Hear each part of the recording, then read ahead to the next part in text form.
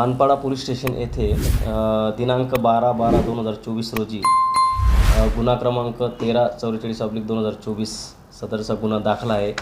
यामधील फिर्यादी नामे किरण विठोबा कोले, राहणार आजदेगाव डोंबिवली, यांना एका अनोळखी व्यक्तीने फोन केला की आम्ही बजाज फायनान्स येथून लोन करून देतो आणि त्या अनुषंगाने फिर्यादी यांना त्यांना प्रतिसाद दिला आणि यातील आरोपी यांनी वेळोवेळी प्रोसेसिंग फी, त्याचप्रमाणे डी चार्ज फी या नावाने एकूण फिर्यादी यांच्याकडून 99,200 रुपये घेतले आणि कोणत्याही प्रकारचं लोन तक्रारदार यांना दिलेलं नाही, अशा प्रकारची तक्रारदार यांची फसवणूक झालेली आहे।